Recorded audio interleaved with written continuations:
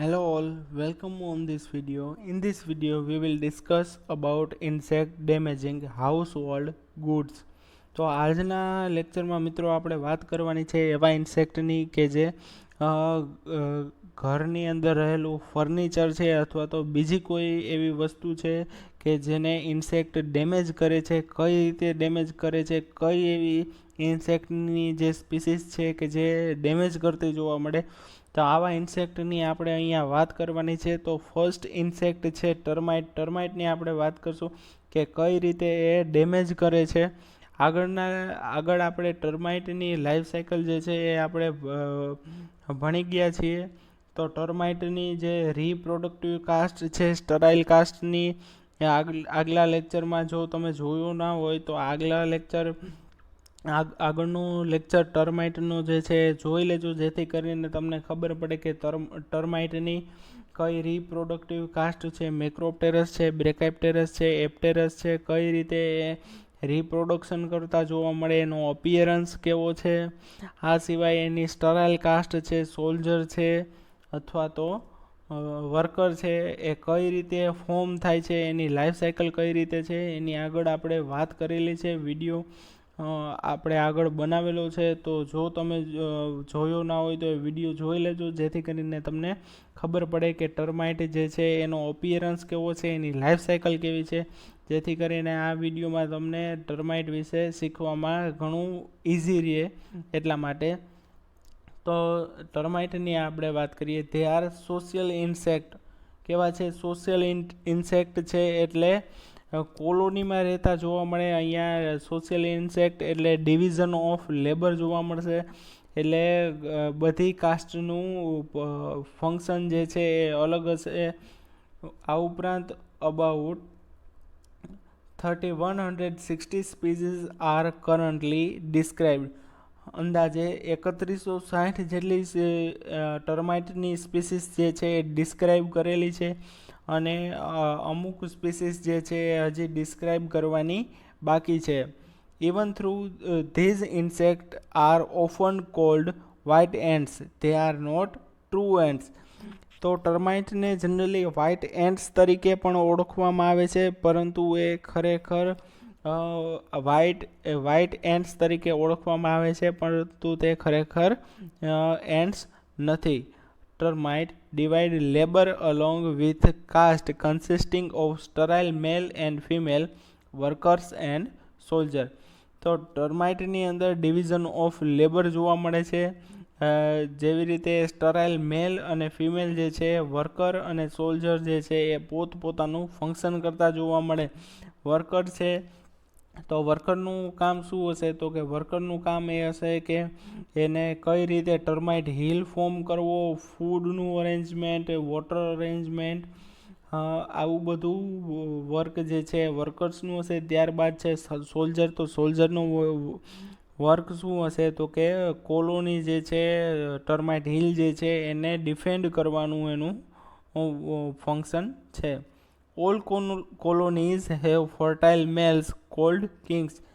દરેક કોલોનીમાં ફર્ટાઇલ મેલ રહેલા છે જેને આપણે કિંગ્સ તરીકે ઓળખશું, અને one or more fertile females cold Queens. અને એક અથવા એક કરતાં વધારે ક્વીન પ્રેઝન્ટ જોવા મળે છે કે જે ફર્ટાઇલ ફિમેલ છે. ફર્ટાઇલ ફિમેલ એટલે કે જે રિપ્રોડક્શન કરી શકે છે એવી ફિમેલ્સને આપણે ક્વીન તરીકે ઓળખશું. Termites typically feed on dead plant materials and cellulose. તો ટર્માઇટનું ફૂડ શું છે? તો કે ટર્માઇટ છે એ ડેડ પ્લાન્ટ મટીરિયલ ઉપર ફીડ કરે છે. એનું ફૂડ છે એ સેલ્યુલોઝ છે, generally in the form of wood, leaf litter, soil or animal dung. તો આવું ડેડ મટીરિયલ જે છે એના ઉપર એ ફીડ કરતા જોવા મળે છે. Termites are major detritivorous, particularly in the subtropical and tropical regions, and their recycling of wood and plant matters is of extensive ecological importance. So termite જે છે એ વુડનું રિસાયકલિંગ કરતા જોવા મળે, એટલે કે એના ઉપર ફીડ કરશે અને એનો બારીક ભૂકો કરતા જોવા મળે, જેથી એ સોઇલમાં ઇઝીલી જે છે એ ડિકમ્પોઝ થઈ જાય. તો આવી રીતે એ ઇકોલોજીકલી એનું ઇમ્પોર્ટન્સ છે. લાઈફ સાયકલની વાત કરીએ ટર્માઇટની લાઈફ સાયકલની. The reproductive caste of a mature colony includes a fertile female and male known as queen and queen. તો રિપ્રોડક્ટિવ કાસ્ટ અહીંયા તમને ઇન શોર્ટમાં કહી દઉં કે જનરલી 3 પ્રકારની એની રિપ્રોડક્ટિવ કાસ્ટ જોવા મળે છે: મેક્રોપ્ટેરસ, બ્રેકાઇપ્ટેરસ અને એપ્ટેરસ. મેક્રોપ્ટેરસ જે છે એનામાં વિંગ જે છે એ લાંબી જોવા મળે છે, લોંગ વિંગ જોવા મળે છે. બ્રેકાઇપ્ટેરસ જે છે એમાં વિંગ પામ જે છે શોર્ટ જોવા મળે છે અને એપ્ટેરસ જે છે એમાં વિંગ પ્રેઝન્ટ હોતી નથી. આ ઉપરાંત મેક્રોપ્ટેરસ જે છે એ કોલોનીની શરૂઆત કરતા જોવા મળે. મેક્રોપ્ટેરસમાં એક ફિમેલ અને એક મેલ જ આખી કોલોનીમાં પ્રેઝન્ટ હોય છે, કે જે પ્રાઇમરી કપલ તરીકે ઓળખાય છે, કિંગ અને ક્વીન તરીકે ઓળખાય છે. આ ઉપરાંત આ મેલ અને ફિમેલ જે છે એ કોલોનીની શરૂઆત કરતા જોવા મળે છે. એટલા માટે આવી મેક્રોપ્ટેરસ પ્રકારની ક્વીનને ઓરિજિનેટર તરીકે પણ ઓળખવામાં આવે છે. The queen of colony is responsible four egg production for the colony. તો ક્વીનનું ફક્ત એક જ કામ છે રિપ્રોડક્શન કરવું અને એગ પ્રોડ્યુસ કરવા. Unlike in ants, the king mates with her for life. તો કિંગ જે છે એ એની lifetime only one female સાથે જ એ મેટ કરતા જોવા મળશે, રિપ્રોડક્શન કરતા જોવા મળશે. The soldier caste has anatomically and behavioral specialization and their sole purpose is to defend the colony.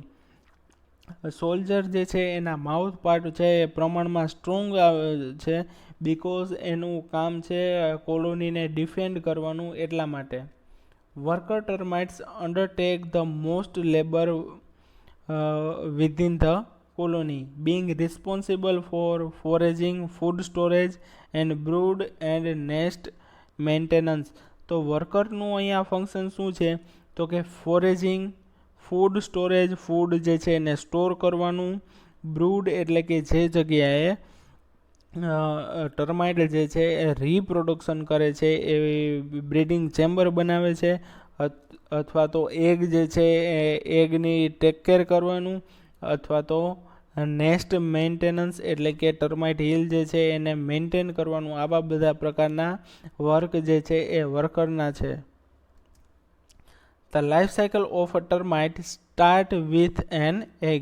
તો ટર્માઇટની લાઈફ સાયકલ જે છે એગની સાથે સ્ટાર્ટ થાય છે, but is different from that of a bee or ant in that it goes through a developmental process called incomplete metamorphosis.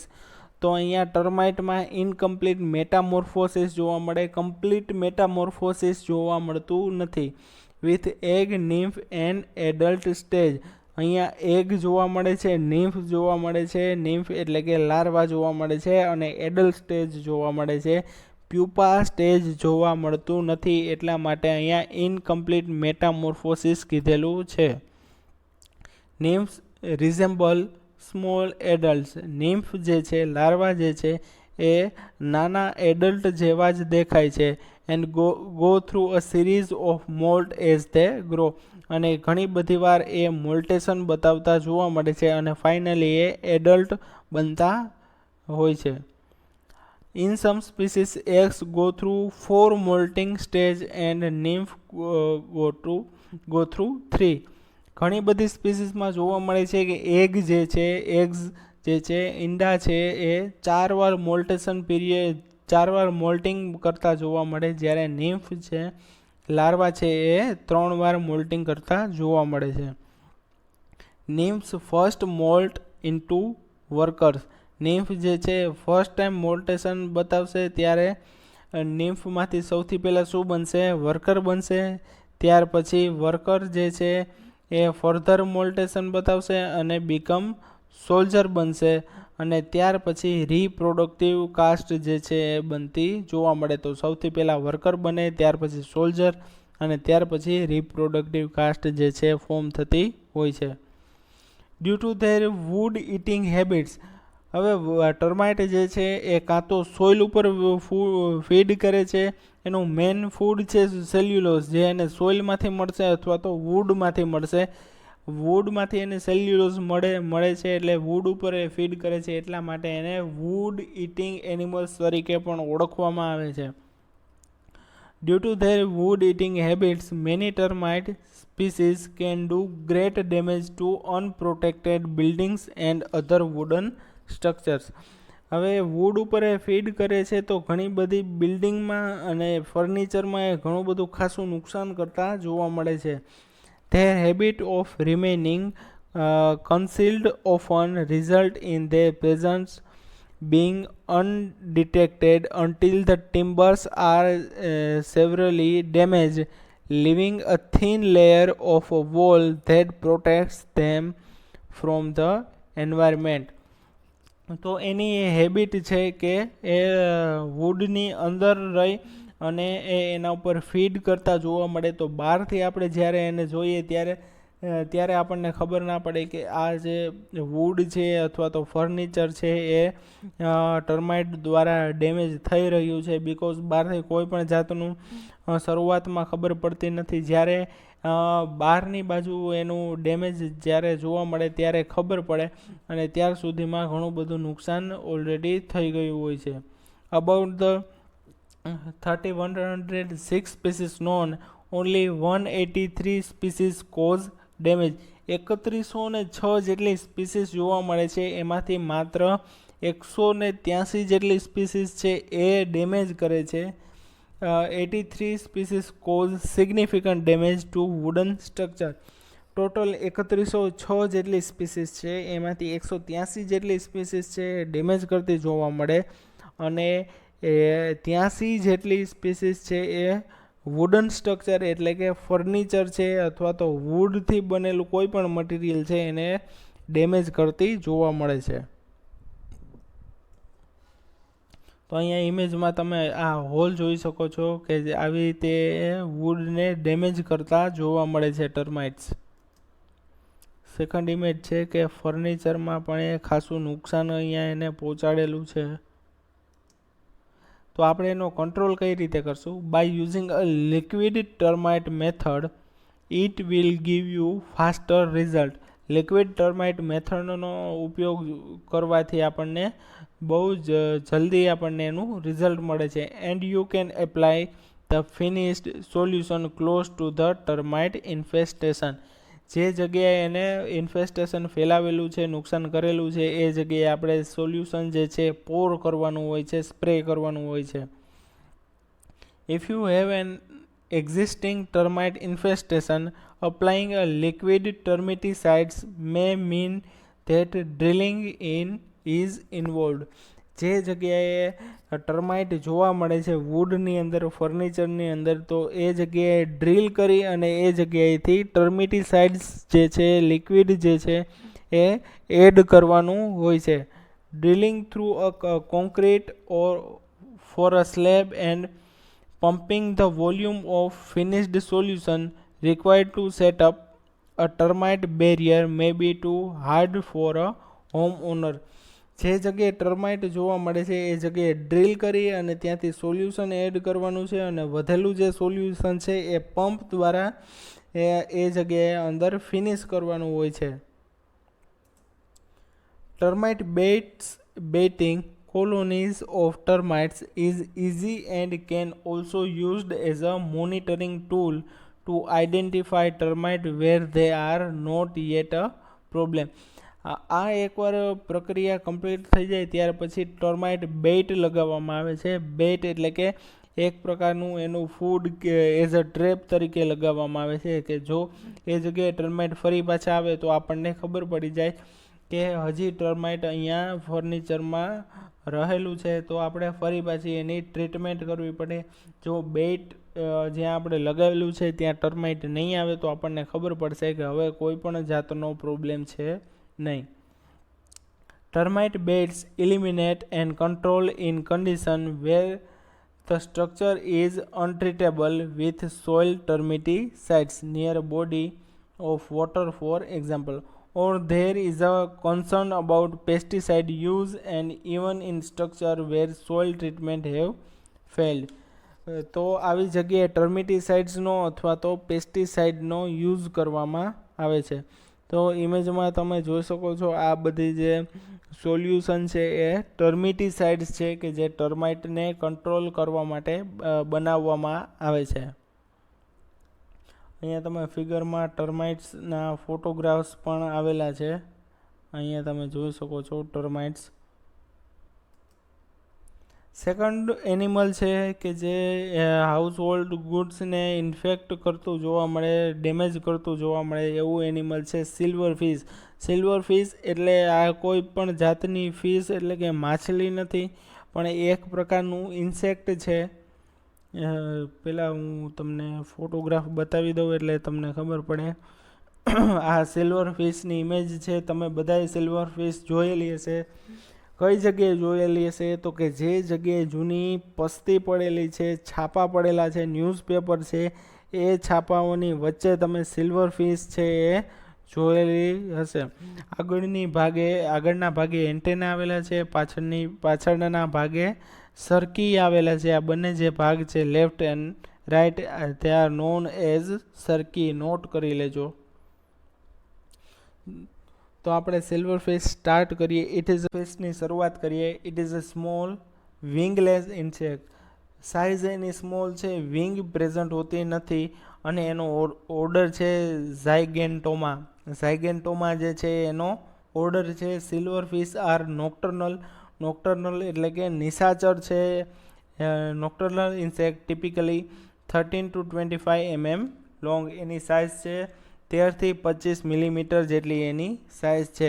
ત્યારે abdomens taper at the end giving them a fish like appearance.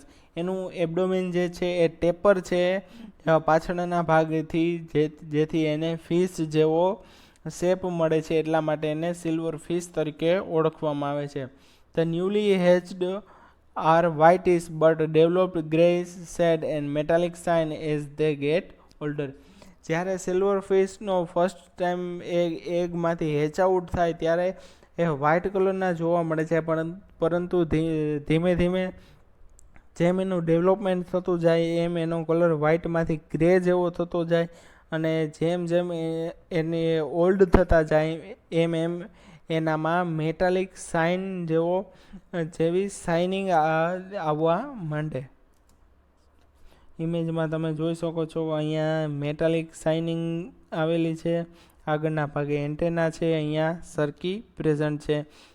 3 pair of જોઇન્ટેડ એપેન્ડેજીસ present છે. They have 2 long cerci and one terminal filament at the tip of their abdomen.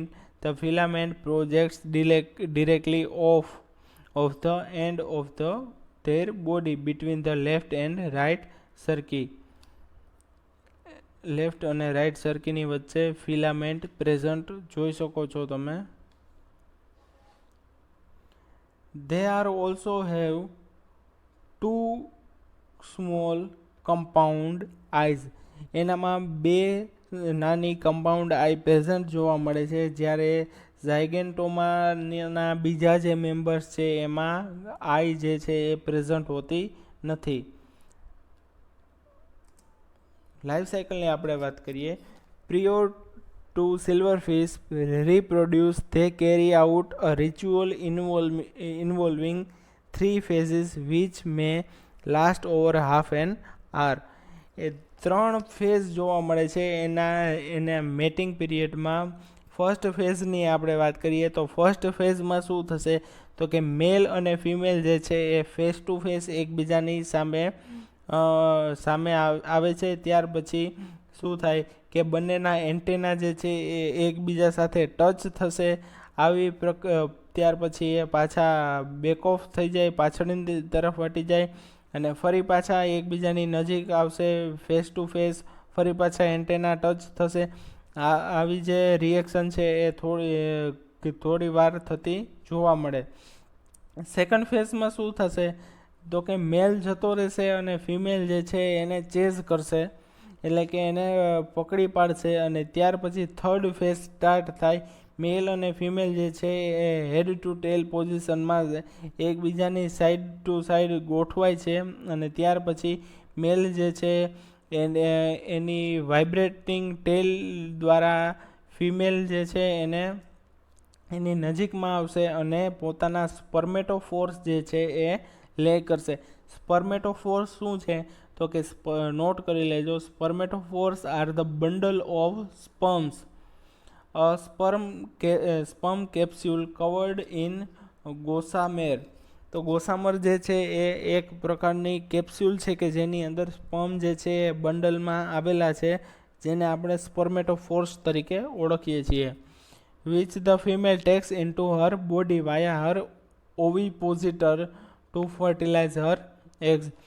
હવે આ જે સ્પર્મેટોફોર્સ જે છે એ ફિમેલના બોડીની અંદર ઓવિપોઝિટર દ્વારા એ enter થશે, જ્યાં ફિમેલના એગ્સ જે છે એ સ્પર્મેટોફોર્સ દ્વારા ફર્ટિલાઇઝ થશે. The female lays groups of fewer than 60 eggs at once deposit in small crevices.